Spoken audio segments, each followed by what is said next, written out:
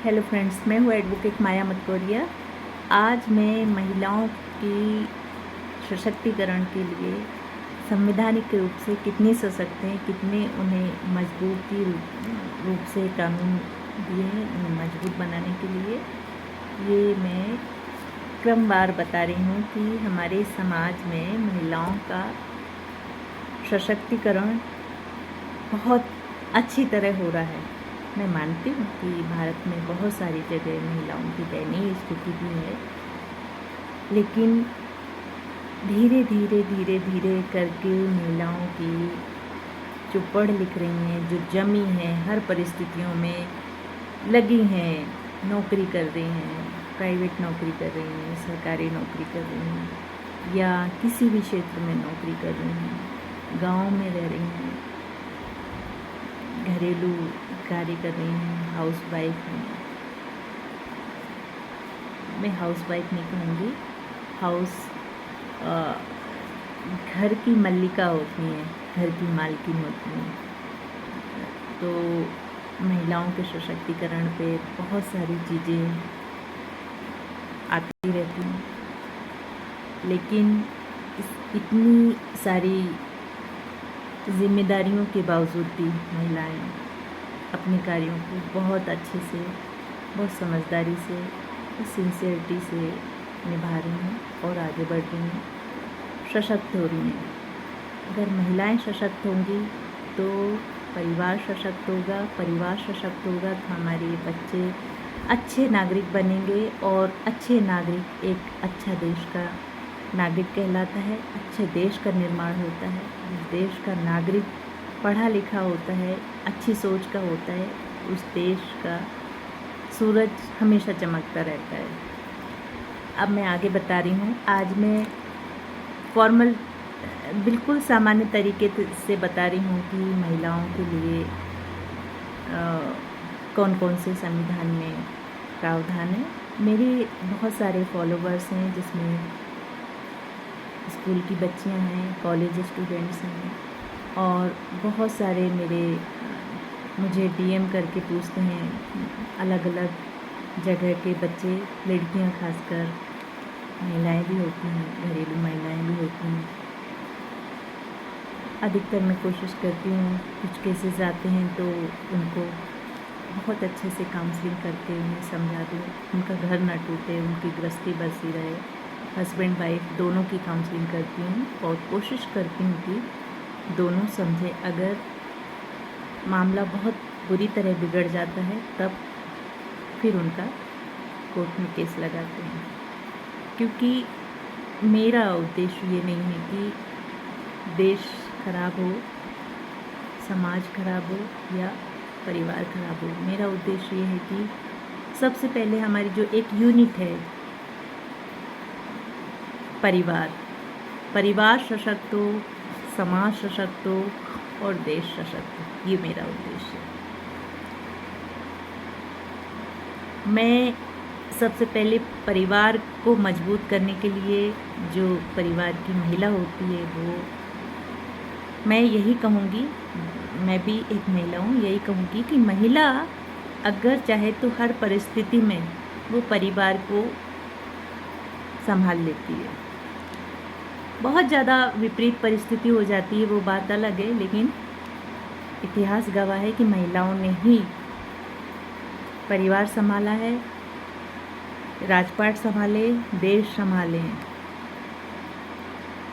मैं ज़्यादा लंबा लेक्चर नहीं दूंगी, मैं कुछ चीज़ें अपने नोट्स से बता रही हूँ कि विधि के माध्यम से महिला सशक्तिकरण भारत में कानूनी परिप्रेक्ष्य के अकॉर्डिंग क्या है। महिला सशक्तिकरण एक महत्वपूर्ण, न्यायपूर्ण और लोकतांत्रिक समाज की रीढ़ है, जिसे प्राप्त करने में कानूनी ढांचा सबसे शक्तिशाली साधन है। भारतीय कानूनी व्यवस्था ने महिलाओं को सामाजिक, आर्थिक और राजनीतिक रूप से सशक्त बनाने और उन्हें सुरक्षा प्रदान करने के लिए कई संवैधानिक और वैधानिक प्रावधान स्थापित किए हैं। संवैधानिक नींव। भारतीय संविधान लैंगिक समानता की गारंटी देता है और राज्य को महिलाओं के पक्ष में सकारात्मक कदम उठाने का अधिकार देता है। भारतीय संविधान के अनुच्छेद 14 कानून के समक्ष सभी को समानता का अधिकार प्रदान करता है। भारतीय संविधान का अनुच्छेद 15(3) राज्य को महिलाओं के कल्याण के लिए विशेष प्रावधान बनाने की अनुमति देता है। भारतीय संविधान के अनुच्छेद 16 में लोक नियोजन यानी सरकारी नौकरियों के अवसरों में बिना किसी लैंगिक भेदभाव के समानता सुनिश्चित करता है।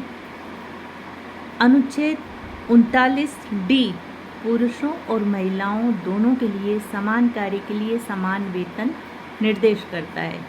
यानी भारतीय संविधान का 39D जो है पुरुषों और महिलाओं के लिए किसी भी फील्ड में जो कार्य कर रहे हैं तो समान कार्य के लिए समान वेतन का प्रावधान करती है। ये अधिकार है, मौलिक अधिकार है।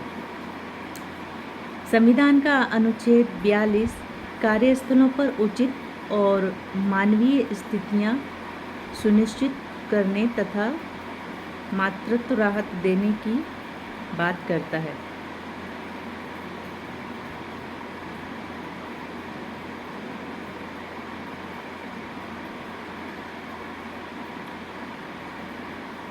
सुरक्षात्मक और सामाजिक, देखिए जितने भी अधिकार हमें जो हमारे मौलिक अधिकार हैं संविधान से मिले हैं और भी हमें जो राज्यों के द्वारा अधिकार दिए हैं, प्रत्येक राज्यों के प्रत्येक देश में प्रत्येक राज्यों में महिला पुरुष के लिए विशेष प्रावधान है कि समान कार्य के लिए समान वेतन, वो आर्टिकल 39D में बताया है, वो प्रत्येक राज्यों में लागू होगा।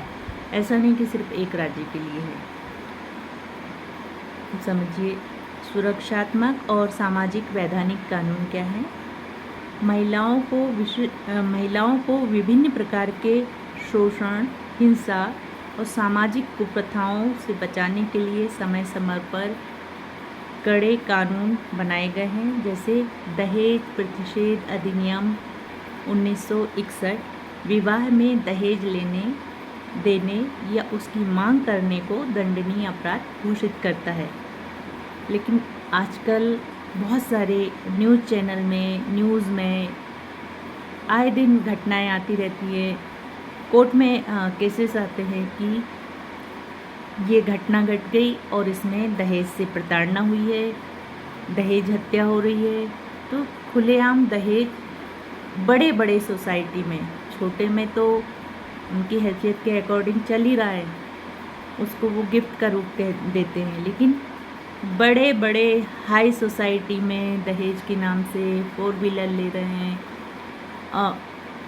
मतलब टूर पैकेज ले रहे हैं, अच्छी से अच्छी शादी करो, हमारे बारात वालों का अच्छे से अच्छा स्वागत करो। ये क्या है? ये भी तो दहेज का रूप है, ये बंद होना चाहिए। हमारे कानून कुछ और बोलते हैं, लेकिन धरातल पर स्थिति अभी भी कमज़ोर है। फिर है घरेलू हिंसा से महिलाओं का संरक्षण अधिनियम 2005 महिलाओं को शारीरिक, मानसिक, आर्थिक और यौन शोषण से व्यापक नागरिक सुरक्षा प्रदान करता है। कार्यस्थल पर महिलाओं का यौन उत्पीड़न, रोकथाम, निषेध और निवारण अधिनियम 2013, जिसे पॉश कहते हैं, काम करने वाली महिलाओं के लिए एक सुरक्षित और सम्मानजनक माहौल सुनिश्चित करता है। मातृत्व लाभ अधिनियम 1961 संशोधित हुआ ये 2017 में, कामकाजी महिलाओं के रोजगार की रक्षा करता है और संवैतनिक मातृत्व अवकाश का अधिकार देता है। राजनीतिक और आर्थिक सशक्तिकरण महिलाओं को मुख्यधारा के फैसलों में शामिल करने और उन्हें आत्मनिर्भर बनाने के लिए हाल के वर्षों में बड़े कदम उठाए गए हैं, जैसे कि स्थानीय निकायों में आरक्षण, 73वां और 74वां संशोधन, संविधान का 73वां और 74वां संशोधन, पंचायती राज संस्थाओं और नगर पालिकाओं में महिलाओं के लिए न्यूनतम 1/3 यानी 33% सीटें आरक्षित की गई हैं। नारी शक्ति वंदन अधिनियम नारी शक्ति वंदन अधिनियम जो संविधान का 106वां संविधान संशोधन है, उसके तहत लोकसभा और राज्यों की विधानसभाओं में महिलाओं के लिए, लोकसभा और राज्यों की विधानसभाओं के लिए, राज्यों की विधानसभाओं में महिलाओं के लिए 33% आरक्षण सुनिश्चित कर राजनीतिक नेतृत्व में उनकी ऐतिहासिक भागीदारी का मार्ग प्रशस्त किया गया है। हिंदू उत्तराधिकार संशोधन अधिनियम 2005 बेटियों को पैतृक संपत्ति में बेटों के समान सहदायिकी या कोपर्शनरी का कानूनी अधिकार देकर आर्थिक मजबूती प्रदान की गई है। कार्यान्वयन और जो चुनौतियां हैं, कार्यान्वयन या प्रक्रिया, जो प्रोसीडिंग की चुनौतियां हैं वो क्या क्या हैं। मजबूत कानूनी ढांचा उपलब्ध होने के बावजूद भी वास्तविक सशक्तिकरण के मार्ग में कई बाधाएं मौजूद हैं, जैसे कि मैंने बताया और बताते जा रही हूँ।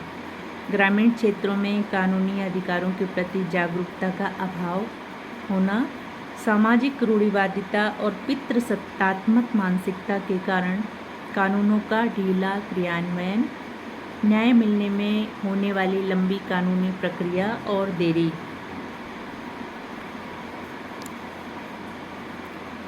लंबी प्रक्रिया इसलिए होती है क्योंकि जो प्रत्येक न्यायालय में न्यायाधीशों की कमी है, प्रक्रिया लंबी है, कभी वकील नहीं आता पक्ष का, कभी विपक्ष का, कभी किसी वजह से, कभी छुट्टियों की वजह से, तो इस वजह से न्यायालय की प्रक्रिया धीमी है। लेकिन अभी टेक्नोलॉजी के माध्यम से, वीसी के माध्यम से सुनवाई होने लगी है और अब न्यायालय के कार्यों में तेजी आ गई है। कानून महिला सशक्तिकरण की पहली सीढ़ी है। कानून महिला सशक्तिकरण की पहली सीढ़ी है। वास्तविक लैंगिक समानता तभी स्थापित हो सकती है जब कानूनी सुधारों के साथ साथ समाज की मानसिकता में भी बदलाव आए। इसके लिए विधिक साक्षरता अभियानों को बढ़ावा देना और न्याय प्रणालियों को और अधिक त्वरित व संवेदनशील बनाना अनिवार्य है।